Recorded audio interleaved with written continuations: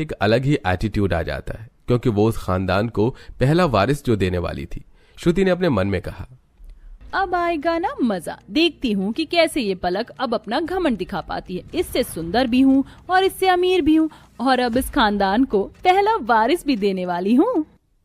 श्रुति बहुत ज्यादा खुश तो थी, वहीं उससे ज्यादा खुश सुमित्रा थी, क्योंकि वो दादी बनने वाली थी। सुमित्रा ने श्रुति के सिर पर प्यार से हाथ फेरते हुए कहा, बहू श्रुति, तू अब हमारे खानदान को नया वारिस देने वाली है, इसीलिए तू जो भी मांगेगी मैं तुझे देने को तैयार हूँ। आज मैं इतनी खुश हूँ कि मैं जाहिर भी नहीं कर सकती। श्रुति ये बात सुनकर इतराती है और अपनी सास से कहती है, माँ जी, अगर ऐसी बात है तो फिर मेरे लिए एक महंगी सी ड्रेस ऑर्डर कर देना। मैं अपनी गोद भराई में सबसे सुंदर और सबसे महंगी ड्रेस पहनना चाहती हूँ, जिसे देखकर मेरे सारे दोस्त और रिश्तेदार जलकर राख हो जाएं। श्रुति, अब तुम माँ बनने वाली हो, तुम्हें ममता भरी बातें करनी चाहिए। ये जलन और ईर्ष्या में कुछ भी नहीं रखा है, इसलिए ये सब कुछ ना सोचकर अपने बच्चे के बारे में सोचो। भाभी, आप तो मुझे ये बात बिल्कुल भी ना बोले। जिनकी गोद अब तक सूनी है वो मुझे बताएंगी कि मुझे क्या करना चाहिए और क्या नहीं। खैर माँ जी, आप बताइए, आप देंगी ना मुझे महंगी ड्रेस? बहू, तू मुझे जो भी बोलेगी मैं तुझे देने को तैयार हूँ, लेकिन हमारे घर का एक रिवाज होता है, बहू गोद भराई पर मायके से आई हुई ड्रेस पहनती है।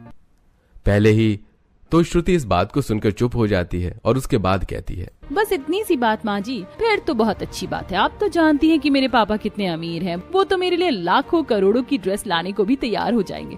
अच्छा हुआ कि भाभी आप भी बांझ हैं, क्योंकि उनकी माँ तो वैसे भी बहुत गरीब हैं और मजदूरी करके अपना घर चलाती हैं।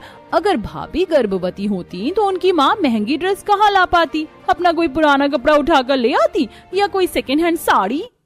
श्रुति की बात सुनकर पलक की आंखों में आंसू भर आते हैं और सुमित्रा भी देख लेती है। सुमित्रा ने पलक को संभालते हुए कहा, अरे श्रुति को तो मजाक करने की आदत है पलक, उसकी बातों को दिल से मत लगा। अब हम दोनों को ही मिलकर श्रुति का बहुत अच्छे से ध्यान रखना है, क्योंकि एक नन्हा सा मेहमान जो आने वाला है अब इस घर में। हाँ माँ जी, भले ही मैं माँ नहीं बन पाई तो क्या हो गया, लेकिन मैं बड़ी माँ तो बन जाऊंगी। आप देखना, मैं उसका बहुत अच्छे से ध्यान रखूंगी। श्रुति ने यह बात सुनने के बाद अपने मन में कहा, अच्छी से ध्यान रखूंगी मैं अपने बच्चों का, तेरे करीब भी नहीं आने दूंगी, बांझ कहीं की। अगर मेरे बच्चे को तूने नजर लगा दी तो। अब पलक अपने कमरे में जाती है, लेकिन श्रुति की बातें उसके दिल में तीर की तरह चुभ रही थी। पलक ने रोते हुए खुद से कहा, आखिर भगवान आपने मेरे साथ इतना अन्याय क्यों किया है? कौन से ऐसे पिछले जन्म के पाप हैं जो मैं अभी तक चुका रही हूँ? आपने मुझे गरीब बनाया, लेकिन मैंने कुछ नहीं कहा, क्योंकि आपने मुझे इतना प्यार करने वाला ससुराल जो दिया। लेकिन मुझे बांझ बनाने की क्या जरूरत थी? मुझे एक बच्चा दे देते। पलक ऐसे ही बिलख बिलख कर रोते हुए अपने दिन काट रही थी। अब श्रुति कोई भी काम नहीं किया करती, न ही वो ज्यादा नीचे आती, बस सारा दिन फोन चलाती और अपने कमरे में पड़ी रहा करती। पलक को ऐसे ही सारा घर का काम संभालना पड़ता, लेकिन पलक फिर भी कोई शिकायत नहीं करती। श्रुति अब सारा दिन शॉर्ट ड्रेस या मैक्सी में रहा करती। एक दिन सुमित्रा ने उससे कहा, श्रुति बहू, तुझे इस तरह के कपड़े नहीं पहनने चाहिए। तू शॉर्ट ड्रेस पहनती है तो तेरा पेट उभर कर दिखेगा। अभी तो तेरा पेट फिर भी अंदर है, लेकिन आगे जाकर लोगों की नजर पड़ती है। माँ जी, आप कैसी बातें कर रही हैं? आजकल तो लोग शॉर्ट ड्रेस पहनकर फोटोशूट करवाती हैं प्रेगनेंसी में, और आप मुझे शॉर्ट ड्रेस पहनने के लिए मना कर रही हैं। और अभी मुझे सिर्फ महीना लगा है, मैं ये सब कुछ पहन सकती हूँ। जब पेट बाहर आने लगेगा तब की तब देखेंगे। श्रुति की इस बात को सुनकर सुमित्रा उसे कुछ भी नहीं कहती, क्योंकि वो नहीं चाहती थी कि श्रुति परेशान हो। जहाँ पलक सारे घर का काम किया करती, वहीं श्रुति बस आराम करती। लेकिन तब भी श्रुति को बिल्कुल भी चैन नहीं था। एक दिन उसने अपने मन में कहा, इस बांझ के घर वालों ने तो इसे कभी कुछ भी नहीं दिया, और अगर ये माँ बनती तो इसके घर वालों को इसकी गोद भराई पर इसे ड्रेस देनी पड़ती। पर अब वो भी इसे नहीं देनी पड़ेगी, क्योंकि इसके तो कभी बच्चा होगा ही नहीं। लेकिन मेरे घर वाले मेरे लिए लाखों की ड्रेस लेकर आएंगे। कम से कम वो पैसे तो मुझे उसे परेशान करके वसूलने चाहिए। श्रुति ये बोलकर अब पलक से दूध लाने के लिए कहती है। जैसी पलक दूध लेकर आती है तो श्रुति ने एक घूंट दूध पीकर कहा, भाभी क्या लेकर आई हो आप? आपने तो इसमें चीनी भी नहीं डाली है। आपको इतना भी नहीं पता कि मैं बिना चीनी वाला दूध नहीं पीती हूँ? श्रुति माफ करना, आज मेरी तबीयत कुछ ठीक नहीं लग रही है, शायद मैं इसमें चीनी डालना भूल गई होंगी। मैं दोबारा से चीनी डाल लाती हूँ। अब दोबारा जाओगी चीनी डालकर लाओगी, ताकि तब तक ये दूध ठंडा हो जाए। इसे गर्म भी करके लाना।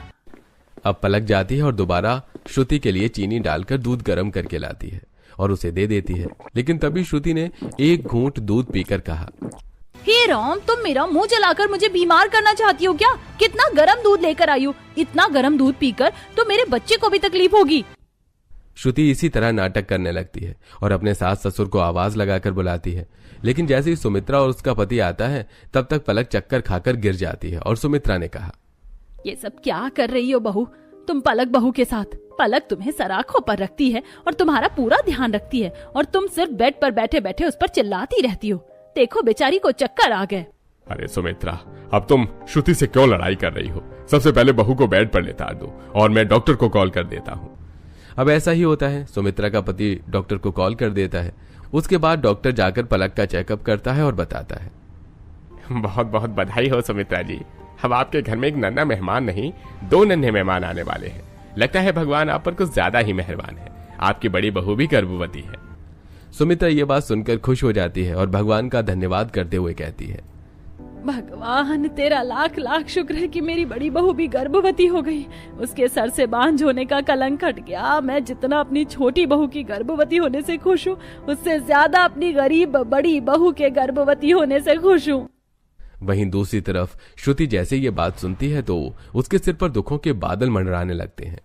ना जाने कौन सा चांदी का चम्मच लेकर पैदा हुई थी गरीब जेठानी, अब ये भी प्रेग्नेंट है। मेरी इतनी इज्जत हो रही थी इस घर में, अब वो सब मिट्टी में मिल जाएगी। कोई बात नहीं, अब देखती हूँ ना इसकी गरीब मजदूर माँ इसकी गोद भराई के लिए महंगी ड्रेस कैसे लेकर आएगी। अपनी बेबी की गोद भराई वाले दिन इसे इतना जलील करूंगी कि ये किसी को मुंह दिखाने के लायक नहीं रहेगी। ऐसे ही दिन गुजरते हैं। सुमित्रा अपनी दोनों बहू के साथ बैठी हुई होती है और दोनों बहू से कहती है, बहू अब तुम दोनों का 4था महीना लग गया और कुछ ही महीनों के बाद तुम्हारी गोद भराई करनी है। अब तुम्हें ज्यादा काम करने की जरूरत नहीं है, मैं घर में नौकर रख लूंगी। अब तुम लोगों को बस परेशान नहीं होना है। पर माँ जी, मैं तो ये सोचकर परेशान हूँ कि मेरे पिताजी तो लाखों की ड्रेस मेरी गोद भराई के लिए ले आएंगे, लेकिन मेरी जेठानी इतनी गरीब है और उनकी This one's for 2020 Tarini. Lockdown had me stuck in my room. So, I posted on YouTube shorts. OOTDs, hauls, get ready with me, scary? Sometimes. Worth it every time. And I went straight to serving fam goals. Take your... देवी की 2 बहुएं थी। बड़ी बहू पलक बहुत ही गरीब घर से थी, लेकिन बहुत ही समझदार और सारे कामों में निपुण थी। तो वहीं छोटी बहू श्रुति जो बहुत ही अमीर घर से थी,